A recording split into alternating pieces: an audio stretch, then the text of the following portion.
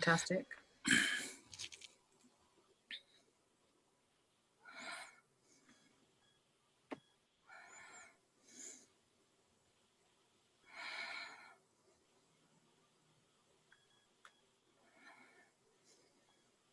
Bismillahirrahmanirrahim. Assalamu alaikum wa rahmatullahi wa barakatuh.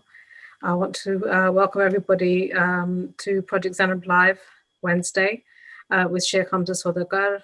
Our topic is Akhlaq and Akhlaq from the Quran.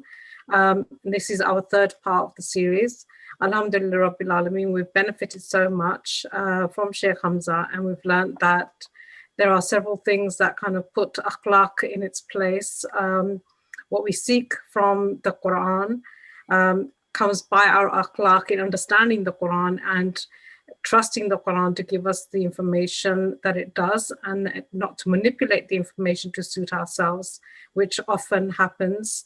So it's about getting the correct understanding of the Quran and then benefiting it in our lives with the relations that we have. Sila Raham is an extremely important issue and topic, and we always want to kind of bring that back to you because we live in such times where it's so neglected, and we think about other things, and we kind of think about morality in itself. And a good point that was just brought is that morality doesn't mean just being kind and being good, but you have to kind of manifest akhlaq in yourself, and that kind of and becoming an ambassador of akhlaq too.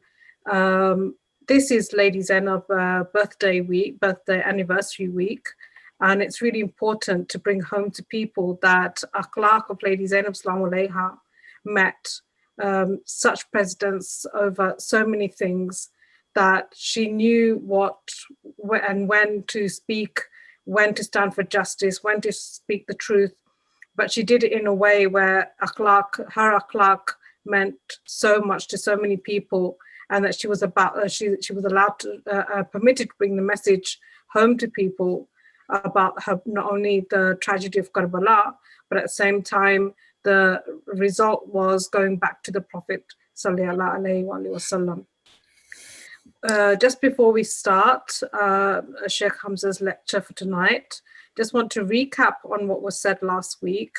And if I'm correct, it was all about, we looked at 3 different surahs, one of them being Surah Al-Qalam, one of them being Surah Al-Fat, and one being Surah Al-Azab. And that was verse number 26.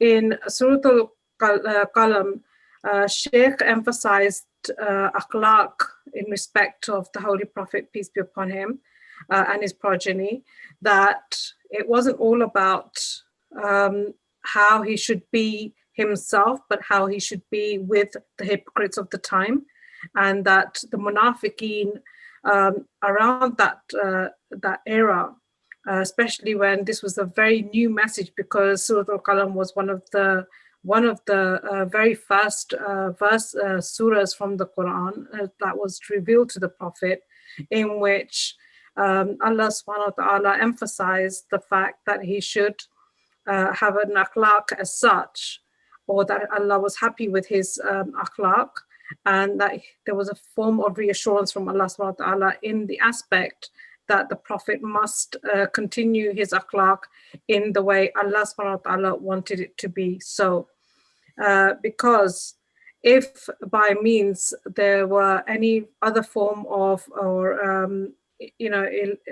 other form of akhlaq that was used at that particular time, it had to be the one that said that, I have to bring you to Islam with my kindness and my morality, but at the same time, I have to make sure that I do not personally side with you and your hypocritical views of Islam. So it's very important for when we do talk about akhlaq and we talk about morality, is that yes, we are good, we are kind, we are people that bring people to Islam, but at the same time, you have to be very careful of your enemies and you don't side with them in any part. So that was an emphasis by Allah subhanahu wa ta'ala for the Prophet himself.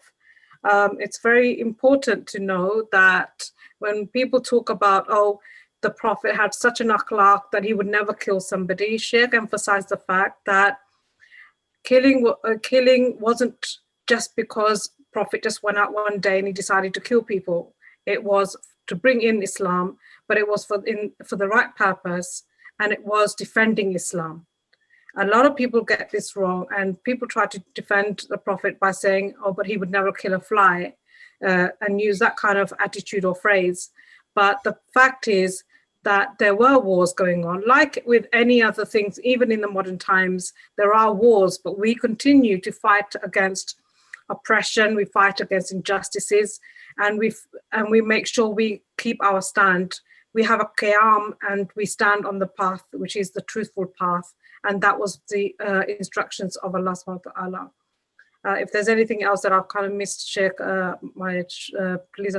please forgive my shortcomings. May Allah bless you. Jazakumullah. Assalamu alaikum everyone. Bismillah ar-Rahman ar-Rahim. Alhamdulillah Rabbil Alameen. Bari al-Khalaiq ajma'in. Ba'ath al-Anbiya wal-Mursaleen. Wassalatu wassalam ala Sayyidina wa Nabiyyina. وحبيب قلوبنا وطبيب نفوسنا وشفيع ذنوبنا أبي القاسم المصطفى محمد وعلى أهل بيته الطيبين الطاهرين المعصومين المكرمين المنتجبين لا سيما بقية الله في الأراضين روحي وأرواح العالمين له الفداء ولعنة الله على أعدائهم أجمعين إلى قيام يوم الدين. I would like to congratulate everyone on the birth of Lady Zainab salamullahi alayha. And encourage everyone to look at her and try to learn from her. And in the context of our discussion of akhlaq, her akhlaq in the family in many ways, both the kindness shown and the firmness at times shown within the family, outside the family, both of those, which is, as we mentioned in last week, and Sister Ruhi recapped very well, the emphasis that we had is that akhlaq is a holistic approach towards one's behavior and character, and one is not told in the Quran to be always lenient. There is lenience where that's due. There is firmness, and there is harshness even at times. That's part of akhlaq. And to sum it up, it's what Allah subhanahu wa ta'ala wants. Looking at Zainab salamullahi alayha is looking at someone who has known better than us what God's akhlaq, what his desired akhlaq for us is, and has implemented it in some of the most difficult conditions. And hopefully we will look at that and learn from that. And we ask her to guide us in that way. There's a lot that's missing, unfortunately, in the history of Zainab salamullahi alayha. She was part of a family that included the Prophet, Amir al-Mu'mineen, Fatima al-Zahra, Imam Hassan, and Imam al-Hussein, and they are 5 of the ma'sumin. And she's not a ma'sumin, as because of those great figures, we have not been able to see her as much in history. And that's part of her greatness, of course. If she wanted to be noticed more than what she is, then that would have been against the akhlaq that Allah would want. However, it is our responsibility to look back and try to analyze and understand as the best follower at the time amongst the non-ma'sumin of the Holy Prophet, of Amir al-Mu'minin, of Fatima al-Zahra salamullahi alayha, of Imam al-Hassan, Imam al-Hussein, from her childhood onwards is Zainab salamullahi alayha. Above all, I mean, this should be emphasized. And so it's our job to go back and try to find that and see what she did and learn from that, inshallah. What I'd like to discuss this week is give us a general guideline, I think I can say. This general guideline that we have in the Quran. I'll share the verses that I have in mind. There's 2 main verses, then a few other verses that are going to be helping us with the understanding of those 2 verses. But before getting into the verses, I would like to say that the verse includes 2 general principles. One, general principle in terms of akhlaq and adab towards mu'mineen. And the other is a general principle in regards to akhlaq and adab towards kuffar.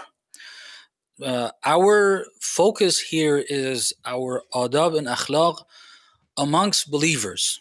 What we do with disbelievers, and I mean disbelievers or kuffar, I emphasize, I don't use that word the way it's commonly used many times, which is to refer to simply someone who is not Muslim. And unfortunately, amongst some Muslimin, it's used even towards Muslimin that don't exactly agree with them.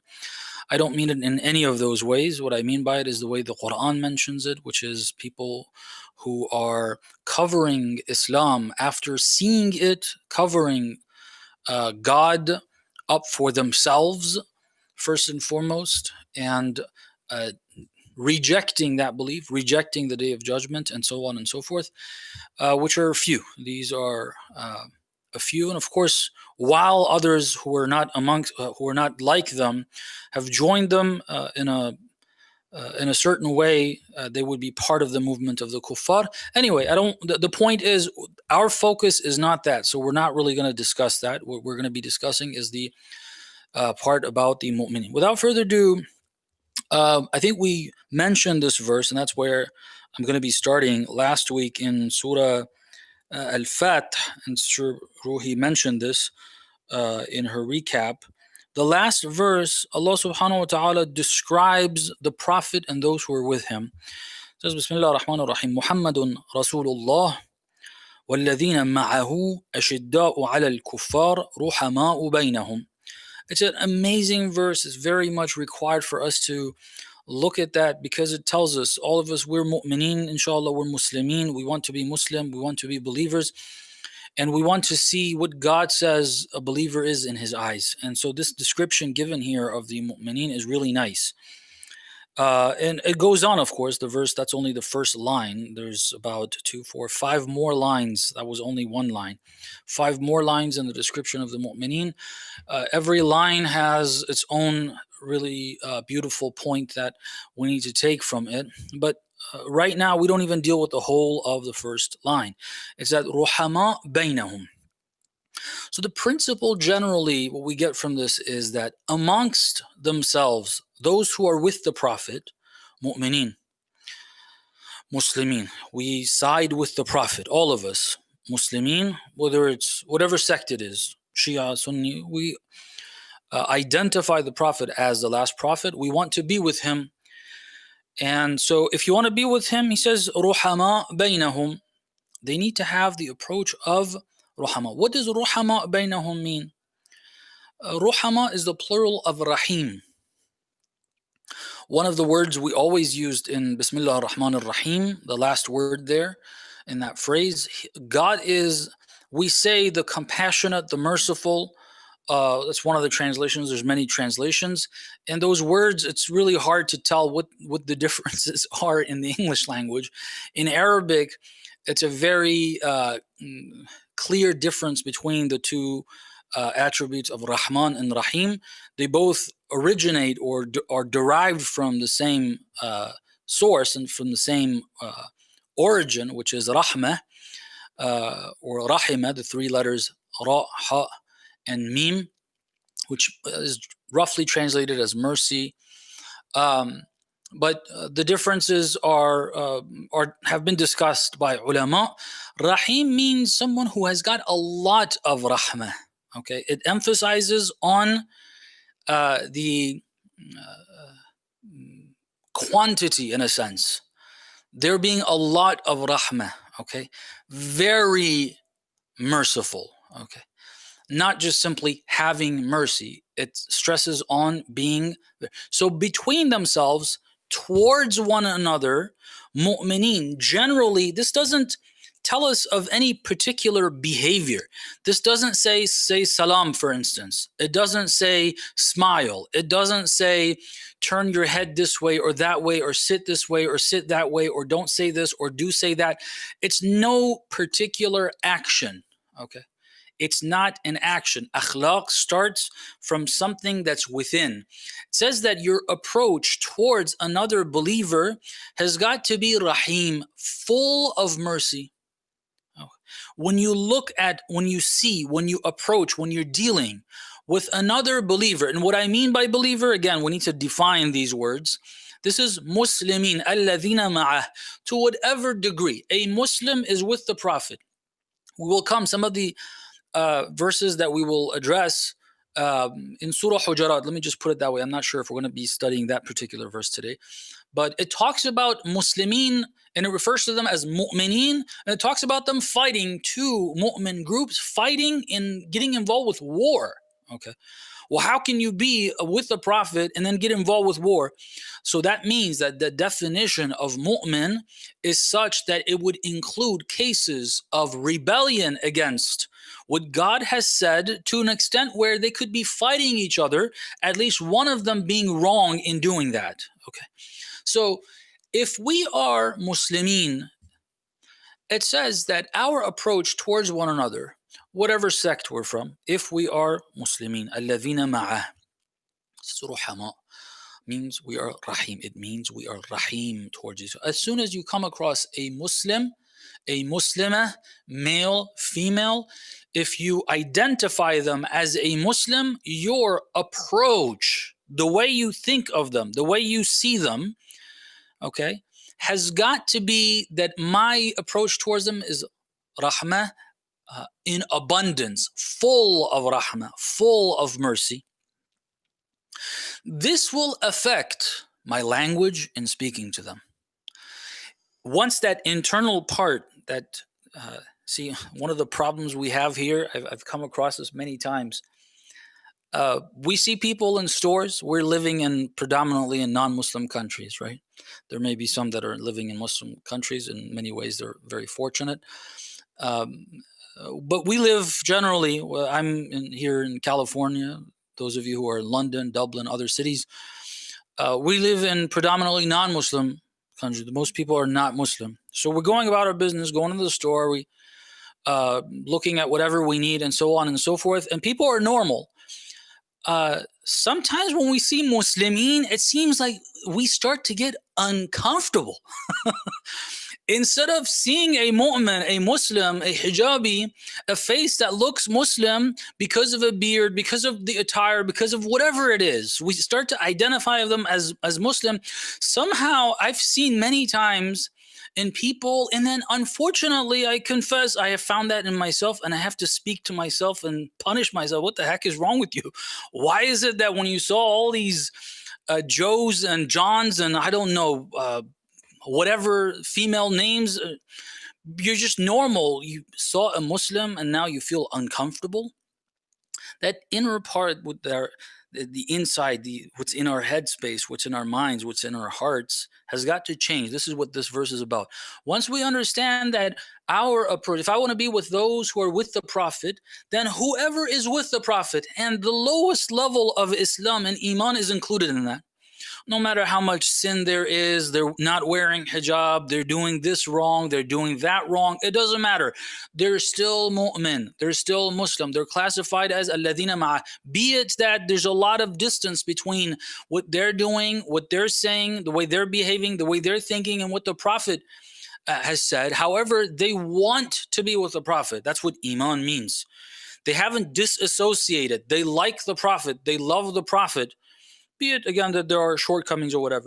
As soon as we come across such a person, our approach towards them, in our minds, in our hearts, is that I have to be full of mercy towards them. So back to the example, that means if I come across, as soon as I feel this is a Muslim, I should feel joyful. I should feel that I want to show abundant mercy and abundance, okay? To them, in saying salam, in helping them if I can, if there's need or whatever. But at the very least, just, being nicer to them. I feel if I was behaving towards everyone as just a normal person, if I see them, then something at least a little above that towards them, not a little below that. We start seeing each other, start turning away and getting uncomfortable, and God forbid someone say salamun alaikum, and then the other person running away. I don't want to be associated with a Muslim here or whatever. No, it should be mercy. So if that approach starts to change, when we come, another example that I can say to show what I mean by what this verse is trying, this is what we're explaining here. I'm not talking about specific behavior. The point is, this verse is not telling us specific behavioral etiquettes, okay, of do this or do that. It changes your approach, how you need to be towards them. Then that is going to reflect in your behavior in many ways that the specifics can't be counted. It's countless details of etiquettes.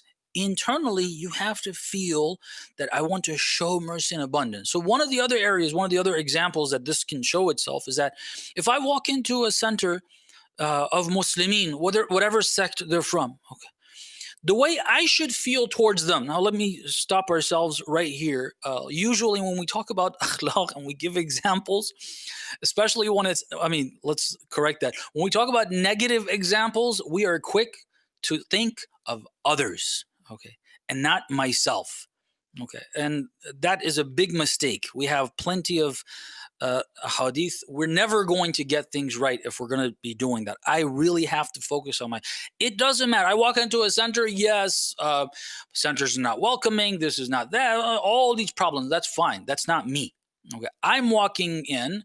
Whatever. It doesn't say be merciful towards those who smiled at you. So let's say I walk into the worst setup in any center. Their faces do not look approachable. Nobody came up and said salam to me. Nobody asked where the heck I came from, what I want to do, this, that, the other. They kicked my more. They did this, my turba, sajdaga, whatever you call it. They did all these things. The worst case scenario you can imagine. The question is, are they alladhina ma'a rasulillah? Do they like Rasulullah or do they not? If they are, this verse says, ruhama bainahum. It doesn't matter what the other person does or says. My approach should be rahmah in abundance, okay, filled with mercy towards them. Part of that is to pardon that bad behavior. Pardon that bad behavior. One of the problems we have here is this encouragement to stand up for your rights, and that is interpreted in a way where it means don't be lenient if somebody misbehaves, don't be kind to them, don't be forgiving. No, that's not the point. No, towards mu'mineen, part of the rahmah is, okay, they made a mistake, they had a misunderstanding, they did this wrong. The verse says, ruhama bainahum. I have got to show mercy and abundance. Part of that is turn a blind eye. You know, there's a positive quote that word is not used. There's another word used, but I want to use this word because we've translated it as covering. I want to use that for that reason. There's a good version of that, and that is cover your eyes from the wrongdoing of someone else, especially if it's towards you. There's something wrong, cover your eyes. Act as though you never saw that. I didn't see that misbehavior. I didn't see that mistreatment. I didn't see that kicking of the turba. It's out of ignorance. They think we worship. I'm giving these examples on purpose. They think we're worshiping that turba. It's ignorance. We don't worship the turba. We're worshiping Allah subhanahu wa ta'ala. It's a fiqhi difference of opinion.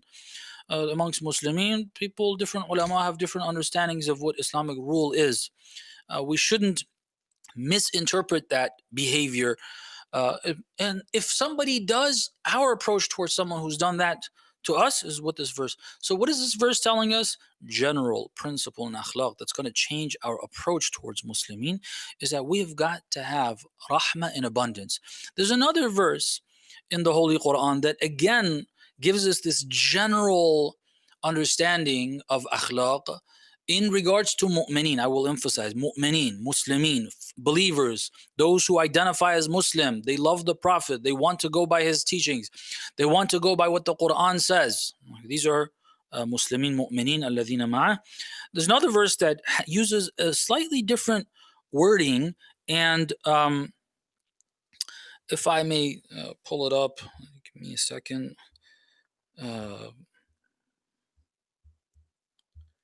I believe no.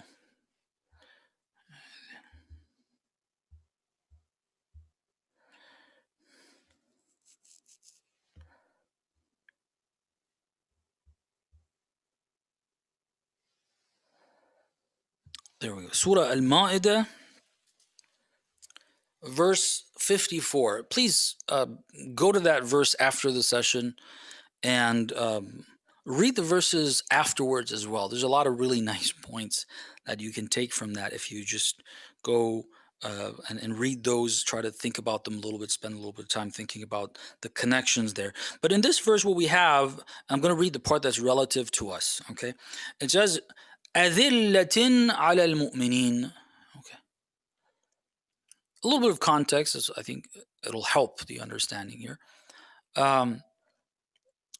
This is at a time where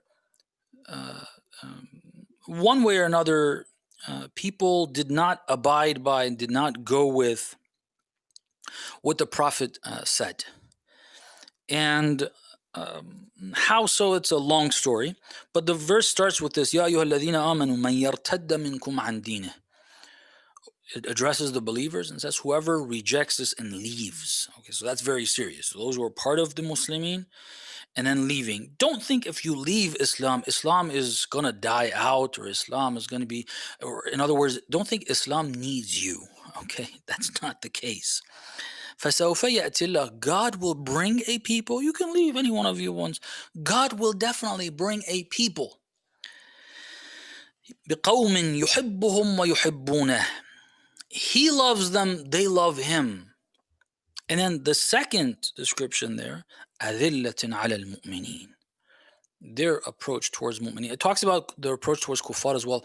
That's not our focus. I'm not even going to mention it. Towards mu'mineen, أَذِلَّة. The other word we had there was ruhama, the plural of rahim. This is أَذِلَّة, the plural of dhalil. Dhalil sometimes has a negative connotation to it. It's humiliation. It's to be low. Okay. Being low or taking someone, belittling you or lowering you where they're not supposed to, and you're not supposed to accept that, or doing something that lowers you, and in a sense you're bowing to another human being, is not good. However, God says here, this is a good description. أَذِلَّةٍ عَلَى الْمُؤْمِنِينَ. They lower themselves towards the mu'mineen. Again, this is the way we feel towards mu'mineen. Okay, this is an internal thing. It's related to akhlaq in that it corrects the way we feel. Once you correct that, then your behavior is going to change. If we don't correct that, we can't make corrections to our behavior. It's going to be very difficult, and that's why we have these verses. So it's not, again, particular etiquette here or there, do this, do that. So generally, their approach towards mu'mineen is adillah. They feel themselves lower. Okay. And then to understand it better, after that it says a'izzatin ala al-kafirin. Towards the kuffar, they have this izzah. Okay. In other words, they feel superior, not as a person. We'll get to a chapter that discusses that. It's not saying feel superior towards a people with the quality of kufr.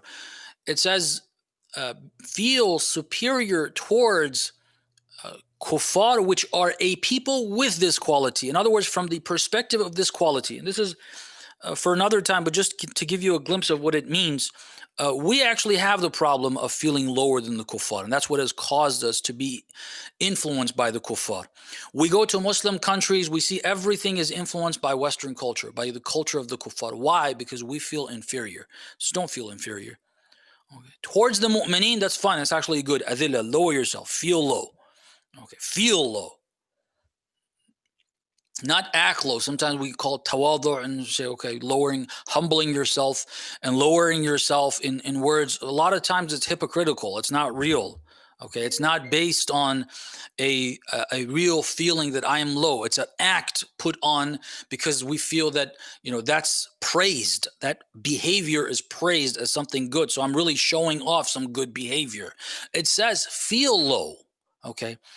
Feel low towards the believers. Towards the kuffar, it says a'izza, feel proud, feel above. Okay. Again, this does not mean that towards I don't know, British people that are not Muslim, Caucasians that are not Muslim, of whatever country, feel superior to them in a racial way. No, we will have that. It's not about, it's about this. If a people's way of life is kufr, from that perspective, do not feel low towards them. Feel actually above them, superior. You're supposed to feel that way. So this helps us understand a little better that internal feeling when we get to a Muslim is that I'm lower. Adilla, I feel like dhalil. Okay, I feel low. Once I feel low towards them, then again, the way I'm going to be approaching them. One of the examples, I think a lot of the problems that we have is that we get offended by something a person does or says to us. We get offended. This will resolve that. If I feel lower, I won't get offended. If I lower myself, if I feel low, which means I don't feel I deserve any better behavior from them towards me. When I feel like I do, that means I consider myself higher. I feel high. I feel I deserve a certain respect, a certain behavior, a certain type of speaking to me. If that's not met, if it's lower than that, I feel offended. Lower yourself. When you lower ourselves, all those are resolved. And I have found myself so many times. My anger towards the other person that causes, at the very least, for me not to even be able to treat them with the mercy that was spoken of in the other person, is because I felt they disrespected me. They did something that offended me. I feel this negative vibe from them. Well, lower yourself. I have to lower myself. If I would have lowered myself in those cases, then like, oh, he said this. For instance, I'll tell you something that people get a little, sometimes people, I've seen some reverts have this because they were told. I'll explain. So, for example, titles. Okay. So this is on my head. People generally, there's this title. They say, oh, Shaykh this, Shaykh that. Okay. And there's some people that come like, okay, we're Muslimin. I thought the term was brother. So they just come up and say brother. Okay.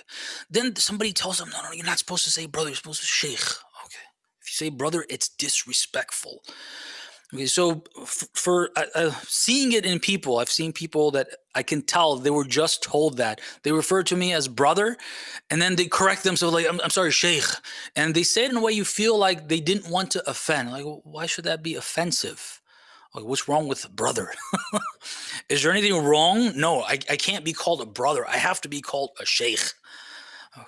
And so that's for them, okay. I mean, if you think that's more respectful, you want to do that, you wanting to respect is a good thing for you. On this end, if I feel offended because somebody just called me a brother, not sheikh, okay, what does that mean? It means that I consider myself at a higher rank. I deserve a certain type of respect. I deserve that in my presence you dare speak about this or that or whatever. Al-ayadu billah. Al-ayadu billah. Nastajiru billah. We seek refuge in Allah. Allah subhanahu wa ta'ala, one of the instances, or just a few instances just rush to my head of prophets. The way the Prophet behaved towards the mu'mineen, we're going to get to that, so I'll leave that in Surah Hujurat. God tells the believers, don't speak to the Prophet in that way. He never told the people, don't speak to me in this way, feel offended or any of that. God said for their good, don't do this. It's not good for you.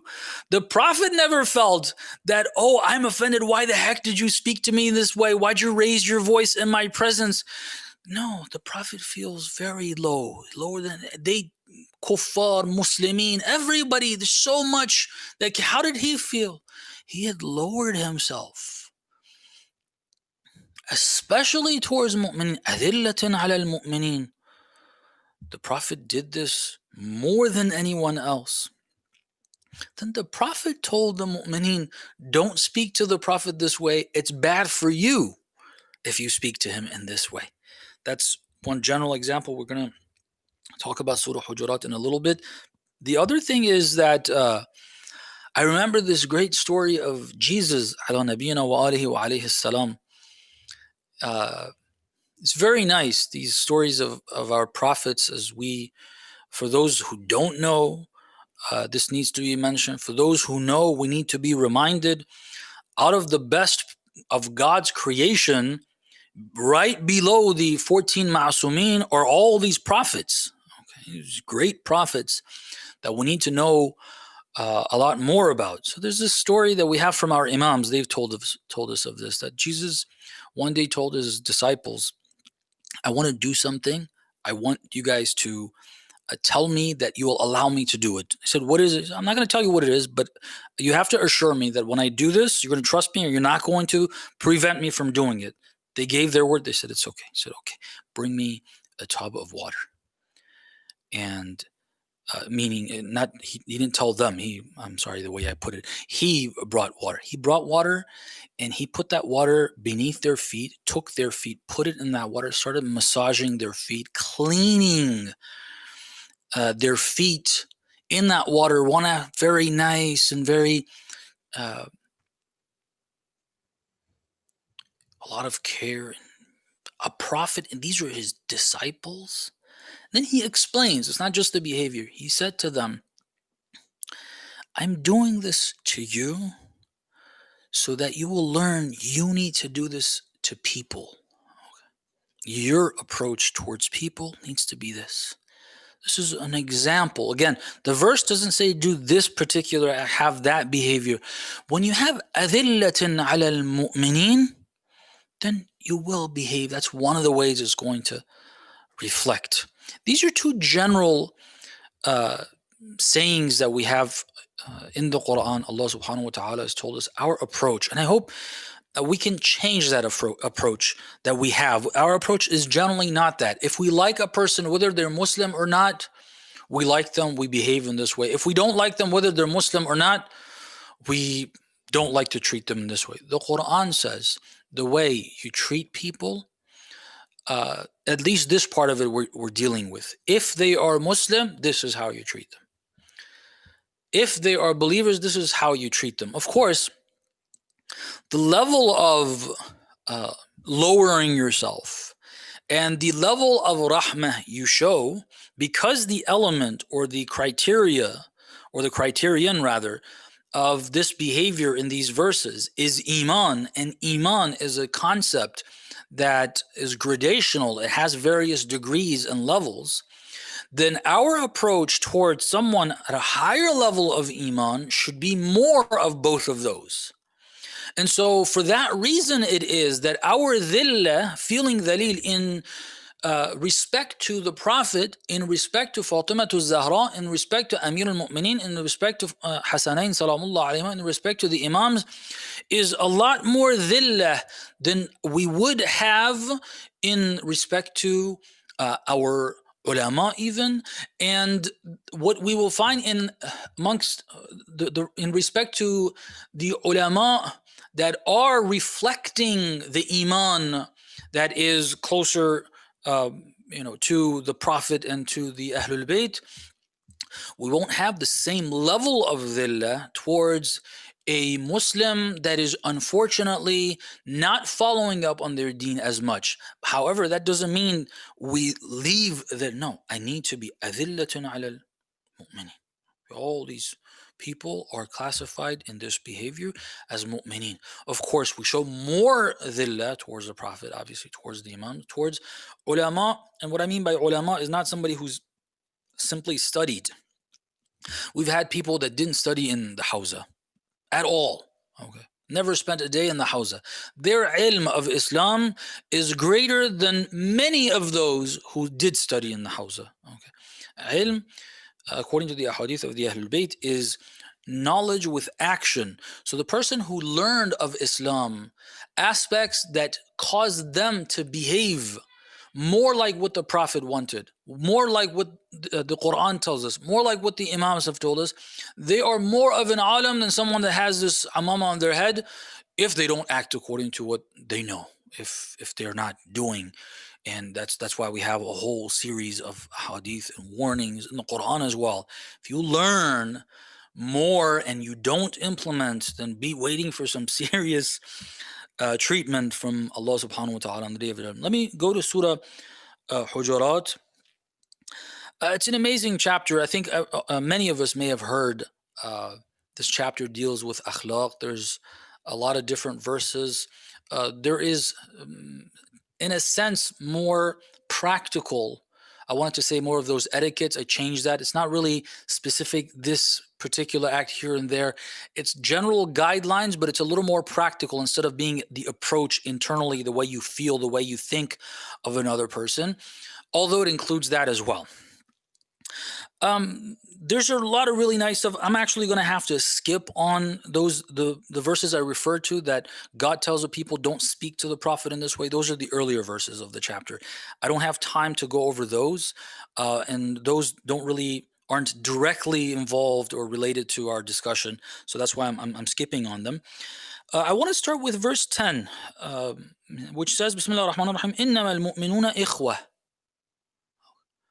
Mu'min, believers, again, with all the different degrees, some way up there, some way down here like me. Okay, a person that's way down here is still a mu'min. I can't look at them and say, oh, as long as they're within the folds of Iman, then they're mu'min. إِنَّمَا الْمُؤْمِنُونَ إِخْوَةٌ. There's, we are brothers and siblings. We can use that word.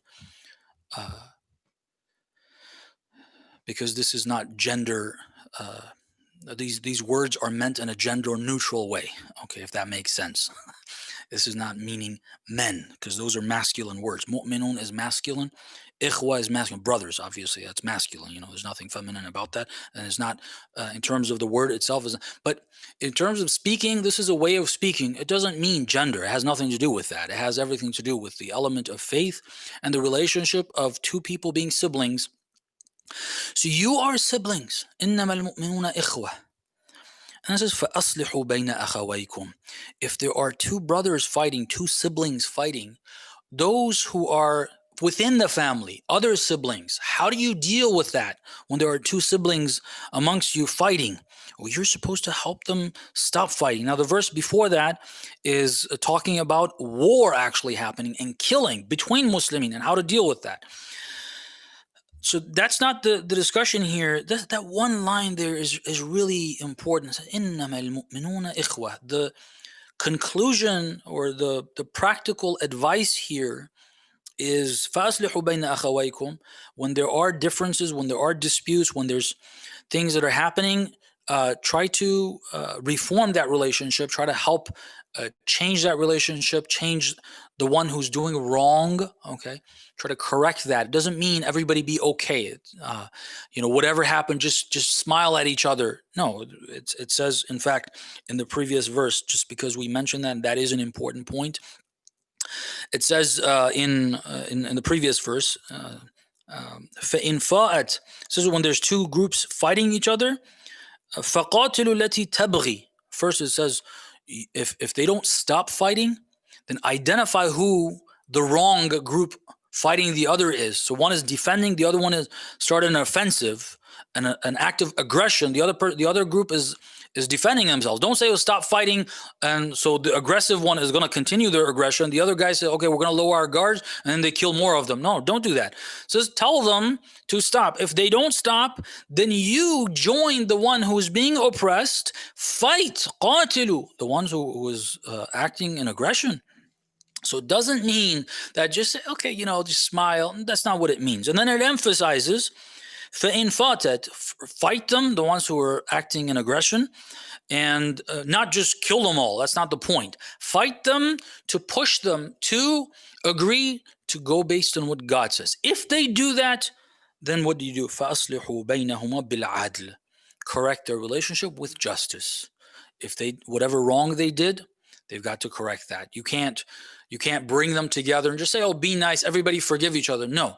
Forgiveness is the right of the other group. If they choose, they can choose that.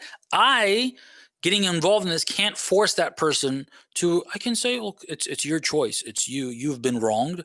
You have a right here. If you want to do that, it's fine. If you want to forgive, then Allah is all merciful, and so on and so forth. But identify that wrong and say that that is wrong, and they have a right to uphold their right, and they will have to pay it if they want it. And I will, if they don't want to, I got to push them. No, they wanted it, you have to. You can't get me to talk to them not to want that. No, you did something wrong. You've got to fix that. Okay. So فَأَصْلِحُوا بَيْنَهُمَا بِالْعَادْلِ وَأَقْسِطُوا. Now, this is important. The reason, one of the main reasons, or one of the important reasons why I wanted to read this chapter in these lines here is for us to understand, while it says رُحَمَاء بَيْنَهُمْ, it doesn't mean that if amongst us a Muslim does something wrong, just, okay, rahmah means smile at them. No. Part of rahmah, you know how much mercy there is in this? If one group of mu'mineen is acting aggressively, fighting, killing from the other Muslimin, they're going to hell if they continue with that. Isn't this mercy for me to help stop that and push them to behave correctly and to pay for the wrong they did, compensate for the wrong they did? That is mercy. Mercy doesn't mean smiling all the time. That's an incorrect understanding. It says رُحَمَاء بَيْنَهُمْ. This verse doesn't contradict that other verse.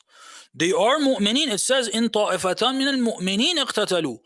Two groups of mu'mineen. The Quran doesn't say one is mu'min, the other is not mu'min. There are two groups of mu'mineen. One is fighting the other. The other verse said رُحَمَاء بَيْنَهُمْ أَذِلَّةٌ عَلَى الْمُؤْمِنِينَ. Okay. So does this contradict those? No. This is an instance of rahmah. This is an instance of rahmah. This is even an instance of lowering myself. Why? Because if I go to them and say, you need to stop this, they're going to act with aggression towards me, at least in words. I'm lowering myself. I'm going there and saying, brother, you shouldn't be doing this. If they don't listen, I fight them. Well, you know what? They're not going to like me for doing that. I'm lowering myself. I'm doing this for your good. These are important things. We have to see that the verses of the Quran, none of them contradict each other. So that approach is the approach of rahmah, the approach of dhillah. What that translates to, we've got to look at the verses of the Quran and see what adillah, what lowering myself translates to in different contexts. If there is something wrong being done towards me personally, what level of wrong, what my behavior should be towards them, what is lowering, what is correct lowering, what isn't. So first we're correcting our understanding generally that we need to feel lower and try to work on that in our own minds and our own hearts. While we do that, in terms of what that translates to in action, we've got to go back to the Quran, read it, and see what this means. Now, going back to that general idea, another word we have here is إِنَّمَا الْمُؤْمِنُونَ إِخْوَةٌ. See, again, what context is the Quran saying إِنَّمَا الْمُؤْمِنُونَ إِخْوَةٌ? Your brothers and sisters, your siblings. In the context where some are killing the others.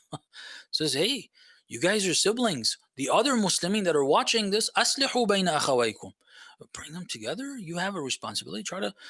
So if our mindset, if our hearts start seeing Muslimin across the globe, whether they look Southeast Asian in Malaysia, Indonesia, over there in the Philippines, they look Chinese in China, they look Sri Lankan, the darkest South Asians that at least I have seen, or the whatever color, whatever, and wherever they are.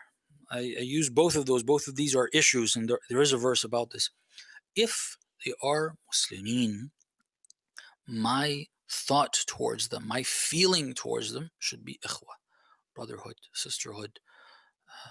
We're siblings. How do siblings feel towards each other? That close. I mean, that's the closest relationship of two people that are not is not a parental relationship. The closest you can get is a relationship of siblings. That's the closest you can get in a human relationship. It says this is your relationship. Then Allah subhanahu wa ta'ala gives us some advice in terms of behavior, specific things. Again, they're not like so particular where it's in this context, say this or say that. Sometimes we look for something that's too specific. These are general guidelines, but they are behavioral. They are practical. They do relate to our conduct, our words, our speech, the way we behave towards another person. I'm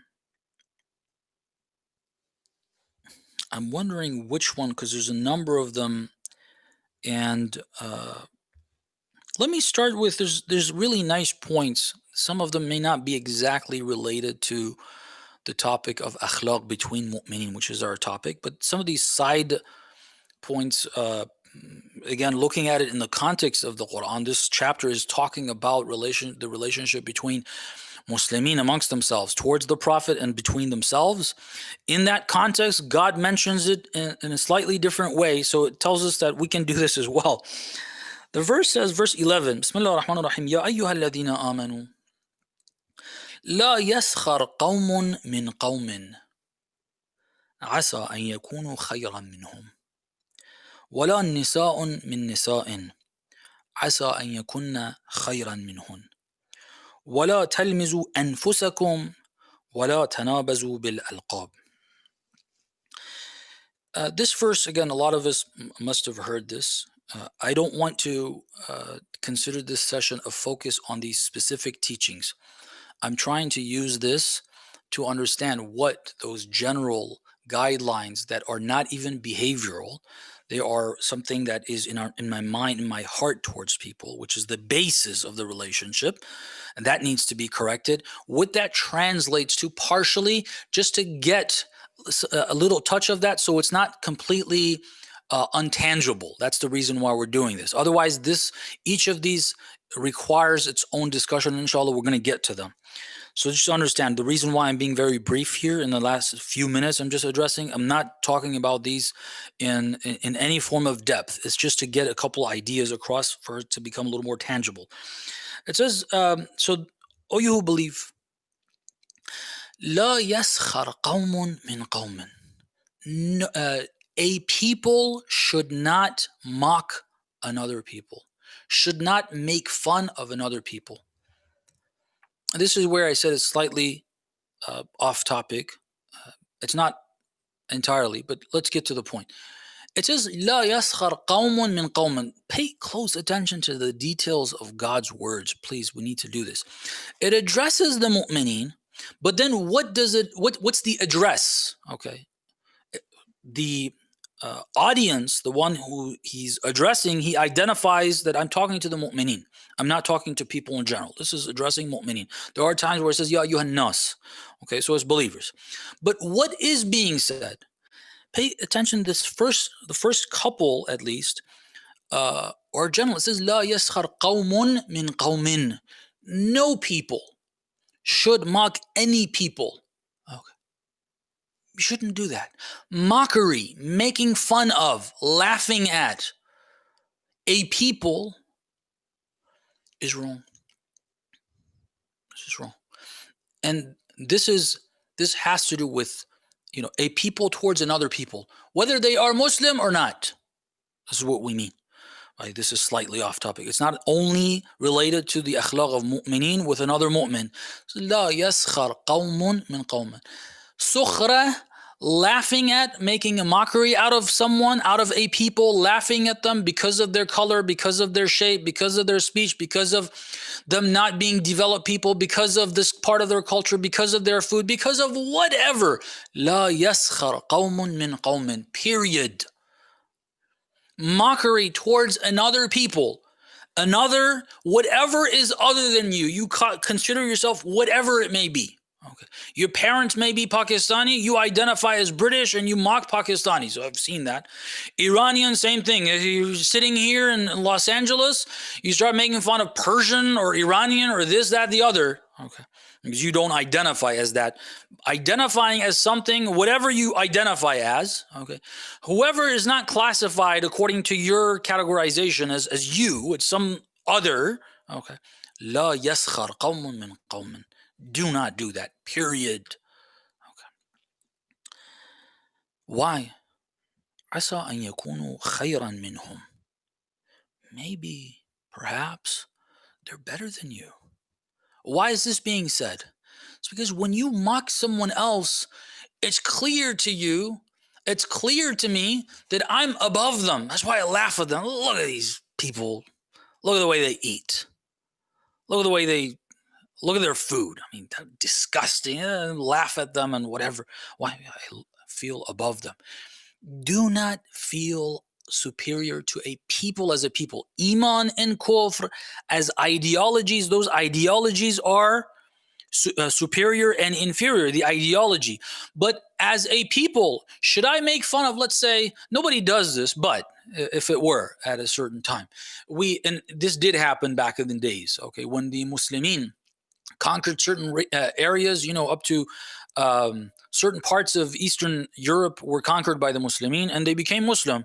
The war in Bosnia was against Muslimin. They were Bosnian Muslims. They're European.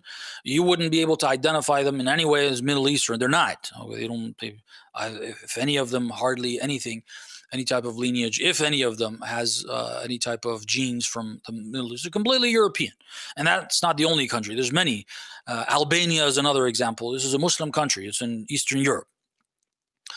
And further, there's various regions. So the Muslimin came, those regions generally were less developed than the Muslimin.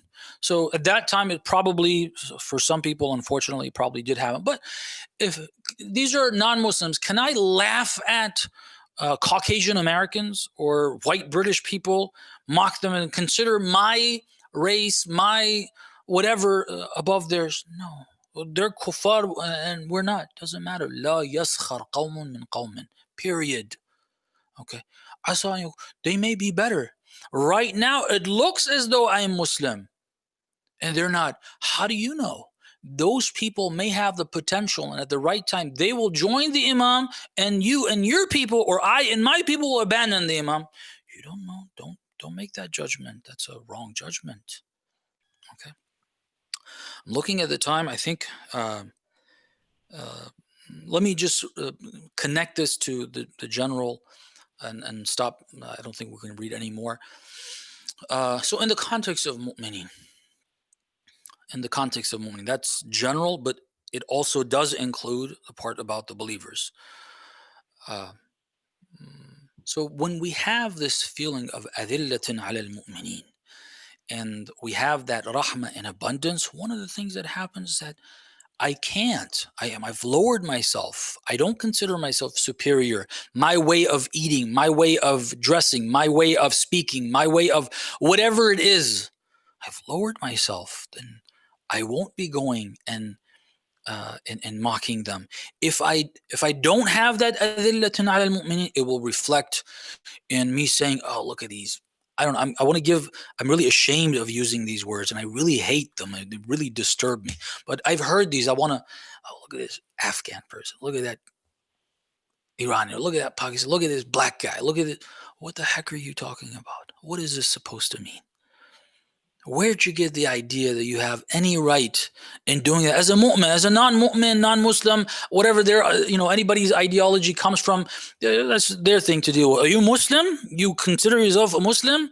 And this is our behavior? This is how I feel? Not only do I feel that way, I express it and I think it's completely fine that I express towards a whole people that are all Muslimin even. As we said, this particular thing is not even limited to mu'mineen. It's across the board. Do not make fun of the way of speech, the way of eating, their customs. Don't do that. It's wrong, period. And not only do I give myself the right to do that, I even express it and expect laughter from people. And then unfortunately there is that. Astaghfirullah al-azim. What's the problem? Again, I want to limit our discussion to the mu'min part of this. It's because we're not doing that. We don't have our minds, the way we work, the way my thoughts work, the way my heart feels is not adillatun ala al-mu'minin. Whoever it is, however different they may look, dress, eat, speak, and whatever else, they are Muslim. Adillah, that needed to happen, it didn't happen. That's why I have this behavior. I hope that Allah subhanahu wa ta'ala helps us cure this evil and ill in our hearts and minds and be able to make progress towards what the Quran says, what Allah subhanahu wa ta'ala has told us, inshallah. Apologies. No, Shaykh. Thank you so much. Thank you very much. That was extremely insightful. I'm learning so much in the last few weeks. And that, there is so much to just the literal meaning of akhlaq, which, you explained very, very nicely. And I hope that our viewers are actually taking in so much. But it's not about just taking so much. It's about actually implementing it into our own lives and learning that, some of our behaviors definitely need to change. Thank you very much, Shaykh, for your time. Inshallah, look forward to part 4 next week on Wednesday. For all other viewers, Project Zainab Live will be on Tuesday next week again. We have Sister Duri Shawal coming from Pakistan, Karachi, and she's done amazing work with the community, and she's very, very inspiring for a lot of the women who feel that women don't have a space in the community, but she's doing some marvelous work. Inshallah, look forward to hearing from Sister Duri Shawal. And see you back next week, Sheikh, on Wednesday. And for everyone on Project Zainab, we're trying to make your family a better family, an improved family, and inshallah, an improved community.